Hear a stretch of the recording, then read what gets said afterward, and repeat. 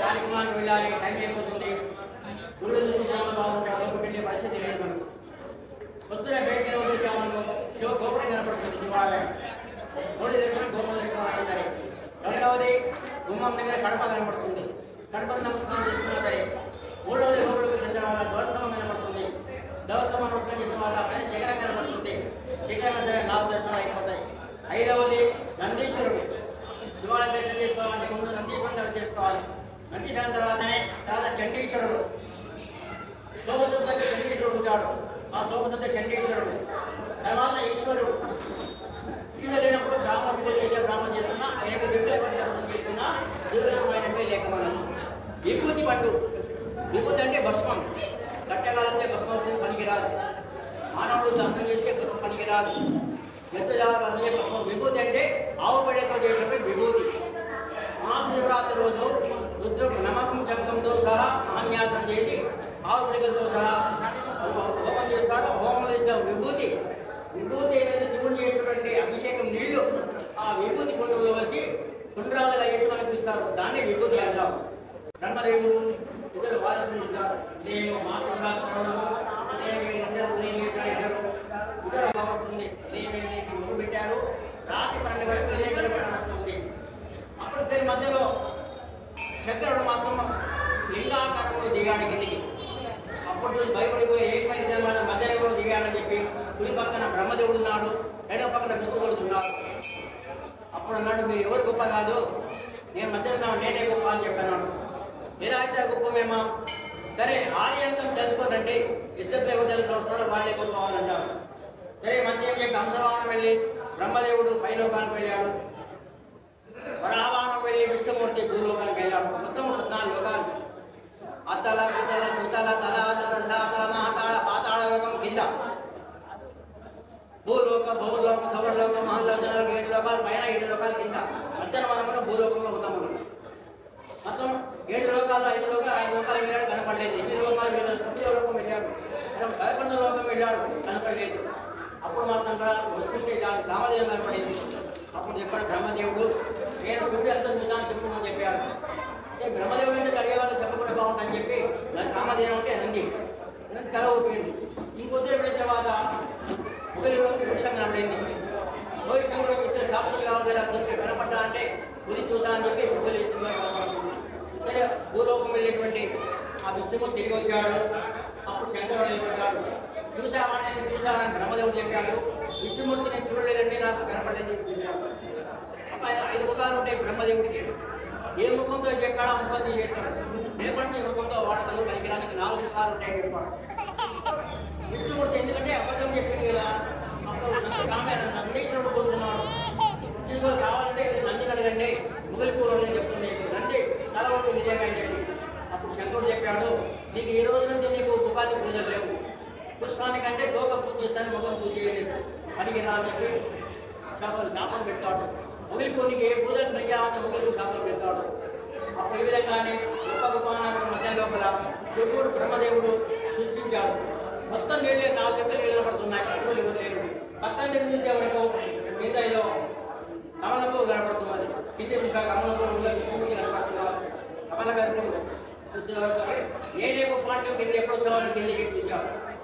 వచ్చిన తర్వాత అప్పుడు మాట్లాడుకునేలా సరే ఇద్దరి మధ్య ఏమిటంటే ఆ రోజు మహాశివరాత్రి. అందుకే ఆ రోజు నుంచి మహాశివరాత్రి 3 పుట్టాడు 4 పుట్టాలి అందరూ వస్తారు గుడికి. శివరాత్రి రోజు ఎంత వచ్చింటాడు. అప్పుడు శివుడు భయపడిపోతాడు, భక్తులు పడుతుంది, అది శ్మశానికి వెళ్ళిపోతాడు. శివుడు గుళ్ళో ఉంటాడు. ఆ రోజు పబ్లిక్ నుంచి భయపడి తర్వాత మనకి గుళ్ళో వస్తాడు ఆయన. ఆ విధంగా చూసి అప్పుడు కమల గారి కూడా అంటే గర్భం నాటి నుంచి కూడా ఉద్భవించింది వాడు విష్ణుమూర్తి. ఆ విషయం పొందొచ్చు కదా. సరే మనం విధంగా అవి లింగోద్భోగాలు ఉగాది ఉంటాయి. ఉగాది అంటే ఏమిటి? ఉగాది యుగానికి ఒకటి ఆది. 2 సంవత్సరాల కలయిక అంటే ఉత్తరాయణము దక్షిణాయనం కలిపితే 6 మాసాలు ఉత్తరాయణం ఉంటుంది, 6 మాసాలు దక్షిణాయనం ఉంటుంది. ఉగ్రుడు కూడా రాక్షసుడు ఈ విధంగా బ్రహ్మదేవుడికి 4 సంవత్సరాలు నిద్రపోతున్నది. ఆది అంతం లేదు, యోగాంతం లేదు. నిద్రపోతున్న చతుర్వేదాలతో పారిపోతాడు, పాతాళకు వెళ్ళిపోతాడు ఉగ్రరూపుడైన రాక్షసుడు. అప్పుడు మేల్కొని చూసే వరకు దృష్టి ఆగిపోయింది. దృష్టిమూర్తి అవుతాడు. ఏం స్వామి దృష్టి అయిపోయింది, ఎక్కడ వెళ్ళావు? స్వామి నా చతుర్వేదాలు ఉంటేనే నేను సృష్టిస్తాను, వేదాలు మాత్రం ఉగ్రరూపుడు రాక్షసు తీసుకువెళ్ళాడు. నల్లిక దేవుడు కనపడలేదు. అప్పుడు పాతాళంలో ఉన్నాడు అప్పుడు ఉగ్రరూపుడు. అక్షావతారం వెళ్ళి ఆ ఉగ్రరూపం దగ్గర చతుర్వేదాలు తీసుకొస్తే అప్పుడు సృష్టి ప్రారంభమైంది. ఆయుర్వేది ఈ 4 వేదాలు ఋగ్వేదము, యజుర్వేదము, సామవేదాలు 4 వేదాలవి 60 సంవత్సరాలు కొనసాగుతుంది. ఈ సంవత్సరం 39వ సంవత్సరం ఇది. విశ్వభాను సంవత్సరం 39వ సంవత్సరం ఇది. 60 సంవత్సరాలు అని ఎవరికైనా దండం పెడితే, బ్రాహ్మణుడి దండం పెడితే శతమానం భవతి అని చెప్తాడు. కానీ 120 సంవత్సరాలు మన ఆయుష్ అంటే 60 సంవత్సరాలు తెలుగు మళ్ళీ 60 సంవత్సరాలు ఉంటాయి. లేక 20 సంవత్సరాలు తీసేసాం మనం, 100 సంవత్సరాలు చెప్తున్నాం. శతమానం అంటే 120 సంవత్సరాలు లెక్క ఒక మానవుడి జీవితం 120 సంవత్సరాలు. 20 సంవత్సరం మైనస్ చేసే మనం 60 సంవత్సరాలు చెప్తున్నాం. 80 సంవత్సరాలు, 90 సంవత్సరాలు. ఇది ఈ సంవత్సరం 39వ సంవత్సరం ఇది. యుగాది యుగానికి ఆది 2 సంవత్సరాల కలయిక. ఉత్తరాయణం దక్షిణాయనం యుగాది.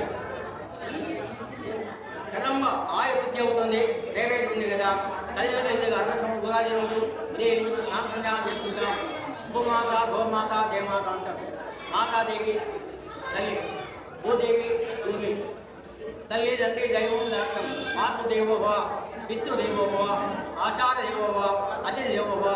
మన దేవాలయానికి వెళ్ళకుండా సరే తల్లి నమస్కారం చేస్తే 11 ప్రదక్షిణాలు చేసి గుడికి ఎంత ఫలితం వస్తుందో, పంచనదులు గంగా, యమున, నర్మదా, సింధు, కావేరి నదులు స్నానం చేస్తే ఎంత ఫలితం వస్తుందో, తల్లిదండ్రికి నమస్కారం చేస్తే ఎంత ఫలితం వస్తుంది. మనం ఉగాది రోజు అత్యంత స్నానం చేసుకోవాలి. తల్లిని స్నానం చేసిన తర్వాత గోధుమ చేసుకొని కట్టివాణం చేస్తారు. కొత్త బట్టలు కట్టుకుని ఉదయం సాయంత్రం చూస్తారని చెప్పి కొత్త బట్టలు కట్టుకుంటారు. అది తప్పది. స్నానం చేసిన తర్వాత దేవతాదం చేసిన తర్వాత కొత్త బట్టలు కట్టుకోవాలి. కట్టుకు దేవతాదని లోపల సాయంత్రం గుడికి వెళ్ళాలి. ఏ గుడి అయితే ఇష్టదేవత శివుడు కానీ, ఆంజనేయ స్వామి, నవగ్రహాలు కానీ దేవుడికి నమస్కారం చేసుకోవాలి. పంచాంగం అంటే ఏంటిది? 5 అంగములు. నేనే గొప్ప అన్నాడు. నేను సంతకం పెట్టాను, నా చెయ్యి కావాలి, నా ఏలే కావాలి, భోజనం చేస్తే నా చెయ్యి ఏలే కావాలని చెప్పి దీంట్లో మధ్యన సరే చెప్పని నేను గొప్ప అని మధ్యనాన్ని మధ్యన పని చేస్తాడు. ఈ మధ్యన వాళ్ళు పొందుతాడు. ఏ గొప్ప నేనే గొప్ప అంటాడు. నేను వెళ్తుంటే నేను రాను, మధ్య ఇద్దరు ప్రధాన నా ఇద్దరు పక్కన అడుగుతుంటాడు. ఇప్పటికి బాడీ గార్డులను అని చెప్పి మధ్య ఇక్కడ ఉంటాడు. అనామికలు ఏమనట్లేదు. సరే మీరందరినీ మాట్లాడతాం కదా, ఈ దేహం అంటే చేతులు, నేను ఉంటేనే మీరు ఏడున్నాయి, నేను లేదు ఎక్కడ అని చెప్పి ఈ దేహం మండం అంటే మోహమన్నాడు. ఈ 2 చేతులు కానీ మొండెం. సరే మరి విధంగా కదా మన బ్రహ్మదేవుడు పెట్టారు కదా, ఆ బ్రహ్మదేవుడికి మాట్లాడాలని చెప్పి అందరూ బ్రహ్మదేవుడికి వెళ్తారు. ఏమి మీ యొక్క కొట్టి చెప్పుకుంటారు. నేనే పెద్ద అని అంకుశం చెప్తుంది, నేనే పెద్ద అని తర్జని చెప్తుంది, నేనే పెద్ద అని మాధ్యమిక చెప్తుంది, అనామిక పెద్ద నేను చెప్పి వీళ్ళు చెప్తారు. కనిష్ట అప్పుడు మాట్లాడుతున్న బ్రహ్మదేవుడు అందరూ మాట్లాడుతుంది కదా, నువ్వు కనిష్ఠుడు అంటే చెటికల వేలు, నువ్వు ఎందుకు మాట్లాడట్లేదని చెప్పిందంట. స్వామి అందరూ పెద్దవాళ్ళని చిన్నవాడిని పుట్టుకుంటే కదా నేనేం మాట్లాడతా అని చెప్పి సరే చెప్పి నీ విషయం ఏంటి చెప్పు అని చెప్పాను. స్వామి నీకు చిన్నవాళ్ళకి తెలియదు, నేను అందరూ నమస్కారం చేస్తున్నాను కదా, నమస్కారం చేస్తే మొట్టు నా చిన్న వేడిగా అందరూ చూస్తారు. రోజు పెద్ద వేలు మధ్య ఎవరు చూడరు. అందుకు నేనే పెద్దవాడిని చెప్పంటాడు. అప్పుడు బ్రహ్మదేవుడు నిజమే కదా, ఫస్ట్ చూసే నిన్నే కదా ఎవరు, తర్వాత వీళ్ళు అని చెప్పి ఆ బ్రహ్మదేవుడిని పరిగెత్తాడు. ఎవరు చేసినా ఒక చేతికి నమస్కారం చేయొచ్చు, ఇంటి నమస్కారం చేయని చెప్పాడు. నోటి ద్వారా ఉత్తరం చెప్తాడు. వాళ్ళు ఏమంటారు, ఏది నమస్కారం చేస్తారు, ఒక చేతి నమస్కారం చెప్తుంది, అది పొరపాటు. వారం చేతి కరణము. దక్ష ప్రజాపతి ఆయనకి 27 మంది కూతురు. దక్ష ప్రజాపతికి సతీదేవి మరణం అయిపోతుంది. సతీదేవి మరణం వలన అప్పుడు మాత్రం కూడా ఈ యొక్క తండ్రి పిలవలందుకే ఈ యొక్క సతీదేవి మాత్రం వెళుతుంది, యాగం చేస్తుంది. ఆ యాగం లోపల తన కాయజ కొత్త బిడ్డని తగ్గించడం వల్ల దక్ష ప్రజాపతికి 27 మంది కూతురు. అశ్విని, భరణి, కుట్టగారు నక్షత్రం కదా ఆయన కూతురు. దక్ష ప్రజాపతి కూతురు. 5వ కూతురు కదా, ప్రమదగణాలు వెళ్ళి కోపంతో దర్శనం చేసుకుంటుంది. లక్ష ప్రజాపతి కూతురు యజ్ఞంలో దానం అయిపోతుంది. అప్పుడు మాత్రం పరిమాణాల కోపం వచ్చి సూర్యుడు మూతి మీద కొట్టి సూర్యుని పళ్ళు ఉడికిపోతాయి. ఆ యొక్క సరస్వతీదేవి పళ్ళు, అందుకే సరస్వతీదేవికి పాదపాయసం పెడతారు. అది సూర్యుడికి పళ్ళు. ఈ విధంగా పంచగ్రహాధిపతి మేఘాధిపతి రవి, రసాధిపతి శని, వీరసాధిపతి బుధుడు. విశ్వాసనామ సంవత్సరం నవనాయకుల్లో 3 ఆధిపత్యులు శుభగ్రహములు, 6 ఆధిపత్యంలో పాపగ్రహాలు. అత్యుల చేత కేంద్ర రాష్ట్ర ప్రభుత్వాల పరిపాలనలో కొన్ని ఒడిదుడుకులు ఉంటాయి. పశుపాలకుడు గోష్ఠాముడు ఉండటం వలన, గోష్ఠా బహిష్కరణ ఎప్పుడు ఉండటం వలన పశువులకు హాని కలుగును. పాలు గడ్డి ధరలు పెరుగును. సరిహద్దుల్లో యుద్ధ భయం ఉండును. ప్రపంచ దేశాల్లో భారతదేశం పేరు ప్రఖ్యాతులు గడించును. ప్రజలు లోక కళ్యాణం కొరకు యజ్ఞ యాగాది కిందలు ఆచరించలేరు. దేశ శుద్ధ ప్రతిభల వారం బుధవారం అవటం వలన ప్రజలు సుభిక్షము, క్షేమము, ఆరోగ్యం కలుగు సమస్యలు గుర్తింపును. ఆషాఢుక్ల పంచమి యుక్తవారం అవటం వలన సుభిక్ష, ఆషాఢుక్ల నవమి అవటం వలన సరసిద్ధి, ప్రజలు సంతోషంగా ఉంటారు. ఆషాఢ బహుళ పక్షమి ఏకాదశి రోజున లక్ష్యయుక్త ఫలం. ఆషాఢ బహుళ ఏకాదశి రోహిణి లక్ష్యయుక్త అవటం వలన సర్వ ధాన్యాభివృద్ధి సమృద్ధి అవును. బహుళ అమావాస్య యుక్తవారం అవటం వలన ఆదివారం వ్యాధి కలుగును.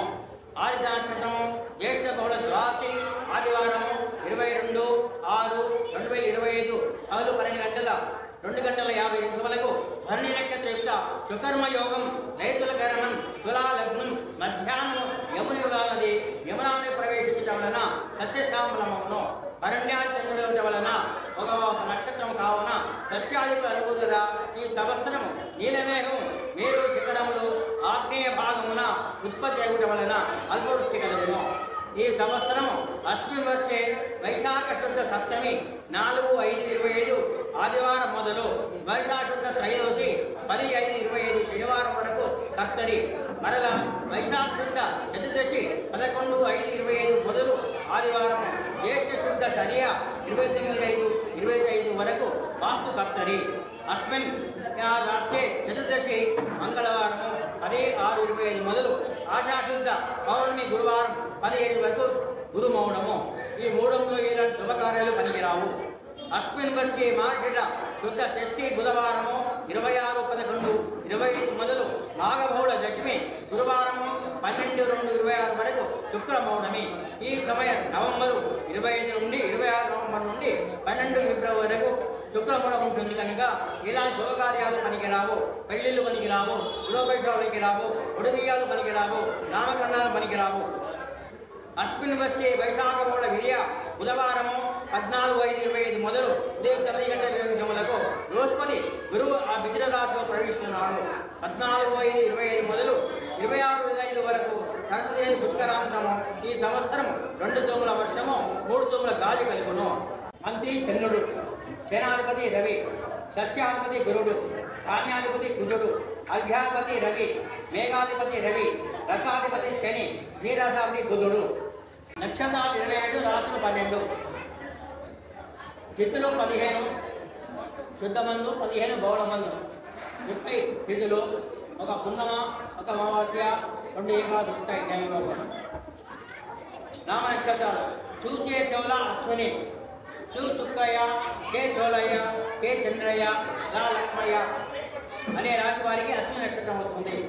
లీలు లేలో భరణి, లీ లింగయ్య, లో లోకయ్య, లే లేకమ్మ, లో లోకేశ్వరం ఈ వాళ్ళకు భరణి నక్షత్రం అవుతుంది. ఆయి ఊయే కృతిగా అని 9 పాదాలకు ఒక రాశి అవుతుంది. అశ్విని నక్షత్రం, అశ్విని భాగం. ఆయి ఊయే కృతిగా వృషభరాశి, ఓవాయు వృషర రోహిణి మృగశిర నక్షత్రం, వేవోకాకి భోగంగా చారిద్ర రోధ నక్షత్రం, ఊహేళ పుష్పమి ఆశ్రయ నక్షత్రం, గీడవరేడు ఆశ్రయ మఖా నక్షత్రం, మోటాటి ఇటు గొప్ప ఉదా నక్షత్రం. ఈ నక్షత్రం వాళ్ళు కూడా అగ్ని యోగం దేవతా కలుగుతుంది. మేషరాశుల వారికి 2 ఆదాయం 14 ఖర్చు, వృషభరాశి వారికి 11 ఆదాయం 5 ఖర్చు, మిథున రాశి వారికి 14 ఆదాయం 2 ఖర్చు, కర్కాటక రాశి వారికి 8 ఆదాయం 2 ఖర్చు, సింహరాశి వారికి 11 ఆదాయం 11 ఖర్చు, కన్యా రాశి వారికి 14 ఆదాయం 2 ఖర్చు, తులారాశి వారికి 11 ఆదాయం 5 ఖర్చు, వృశ్చిక రాశి వారికి 2 ఆదాయం 14 ఖర్చు, ధనురాశి వారికి 5 ఆదాయం 5 ఖర్చు, మకర రాశి వారికి 8,14 ఖర్చు. కుంభరాశి వారికి 8,14 ఖర్చు. మిడి రాశి వారికి 5,005 ఖర్చు. ఈ మేషాల రాశుల వారికి అనారోగ్య పనులు ఒకటి కారణం. ఎలాగైతే మేషరాశి వారికి 5 మంది పూజిస్తే 7 మంది అవమానిస్తారు. వృషభరాశి వారికి 1 పూజిస్తే 3 మంది అవమానిస్తారు. మిథున రాశి వారికి 4 పూజిస్తే 3 అవమానిస్తారు. కర్కాటక రాశి వారికి 7 మంది పూజిస్తే 3 అవమానిస్తారు. సింహరాశి వారికి 3 పూజిస్తే 6 మంది అవమానిస్తారు. కన్యా రాశి వారికి 6 మంది పూజిస్తే 6 మంది అవమానిస్తారు. తులారాశి వారికి 2 పూజిస్తే 2 అవమానిస్తారు. వృశ్చిక రాశి వారికి 5 మంది అవమానిస్తే 2 పూజిస్తారు. ధనురాశి వారికి 1 పూజిస్తే 5 మంది అవమానిస్తారు. మకర రాశి వారికి 4 పూజిస్తే 5 మంది అవమానిస్తారు. కుంభరాశి వారికి 7 మంది పూజిస్తే 5 మంది అవమానిస్తారు. మీనరాశి వారికి 3 పూజిస్తే 1 అవమానిస్తారు. అశ్విని భరణి వృత్తి వాళ్ళకు, అశ్విని రాశి నక్షత్రం వాళ్ళకు వానకాలం, ఎండాకాలం, చలికాలం. వానకాలంలో జ్వరం వచ్చే అవకాశం ఉంది. భరణి నక్షత్రం వారికి ఎండాకాలం జ్వరం వచ్చే అవకాశం ఉంది. కృత్తికా నక్షత్రం వారికి చలికాలం జ్వరం వచ్చే అవకాశం ఉంది. రోహిణి నక్షత్రం వారికి వానకాలం జ్వరం వచ్చే అవకాశం ఉంది. కృత్తిక నక్షత్రం వారికి ఎండాకాలం జ్వరం వచ్చే అవకాశం ఉంది. ఆయుధ నక్షత్రం వారికి వానకాలం జ్వరం వచ్చే అవకాశం ఉంది. మూడవ నక్షత్రం వారికి వానకాలం జ్వరం వచ్చే అవకాశం ఉంది. వృషభ నక్షత్రం వారికి ఎండాకాలం జ్వరం వచ్చే అవకాశం ఉంది. ఆశ్లేష నక్షత్రం వారికి వానకాలం జ్వరం వచ్చే అవకాశం ఉంది. మఘా నక్షత్రం వారికి ఎండాకాలం జ్వరం వచ్చే అవకాశం ఉంది. ఉబ్బా నక్షత్రం వారికి చలికాలం జ్వరం వచ్చే అవకాశం ఉంది. ఉత్తర నక్షత్రం వారికి ఎండాకాలం జ్వరం వచ్చే అవకాశం ఉంది. హస్త నక్షత్రం వారికి ఎండాకాలం జ్వరం వచ్చే అవకాశం ఉంది. చిత్త నక్షత్రం వారికి వానకాలం జ్వరం వచ్చే అవకాశం ఉంది. స్వాతి నక్షత్రం వారికి చలికాలం జ్వరం వచ్చే అవకాశం ఉంది. విశాఖ నక్షత్రం వారికి చలికాలం జ్వరం వచ్చే అవకాశం ఉంది. మరో నక్షత్రం వారికి ఎండాకాలం వానకాలం జ్వరం వచ్చే అవకాశం ఉంది.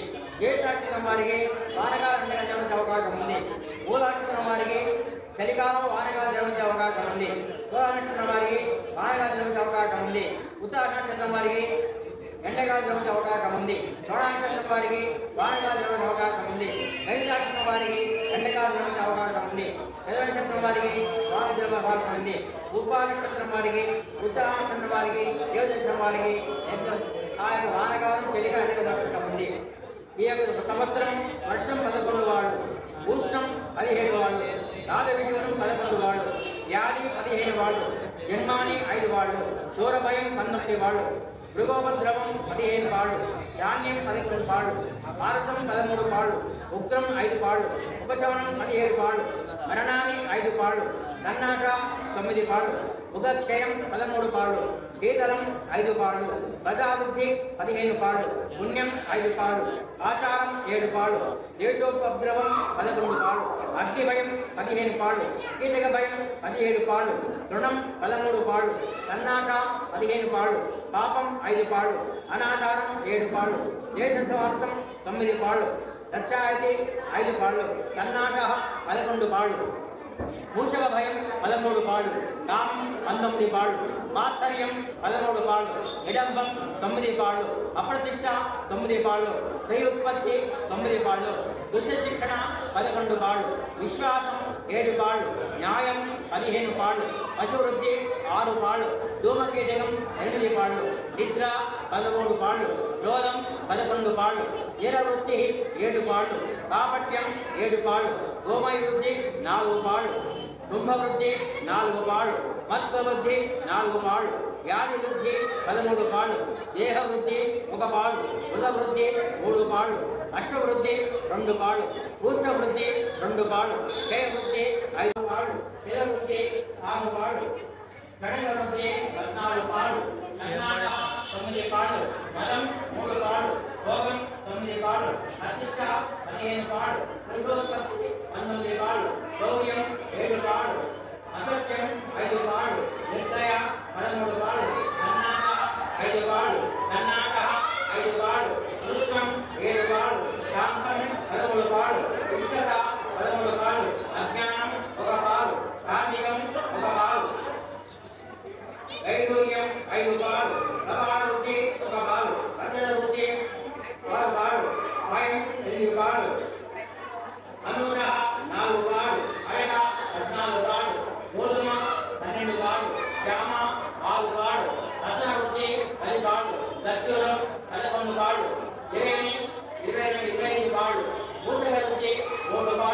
జయ భక్తి అత్యంతి వాడు ఐదమే మూడు పాడు అజ్ఞానం 10 పాడు వేదజం 11 పాడు జంగం 13 పాడు ఉత్సాహం 9 పాడు క్రోధవ 4 పాడు రాజాంగ 14 పాడు నారికేయం 13 పాడు రంభావలం 19 పాడు రాత్రి 1 పాడు నిలవబుద్ధి 17 పాడు స్వప్నం 6 పాడు క్రోధం 12 పాడు భక్తి 6 పాడు ఉద్రేకం 5 పాడు విద్యుత్తు 1 పాడు క్రియంగం 10 పాడు నీరలబుద్ధి 16 పాడు ఆనందబుద్ధి 19 పాడు దూత 7 పాడు అతివృష్టి 17 పాడు కృతబుద్ధి 3 పాడు తృప్తి 6 పాడు సంగమం 8 పాడు ధాన్యం 1 పాడు నిరాయుధం 13 పాడు శిలాపాతం 3 పాడు తావరం 17 పాడు గట్టికం 3 పాడు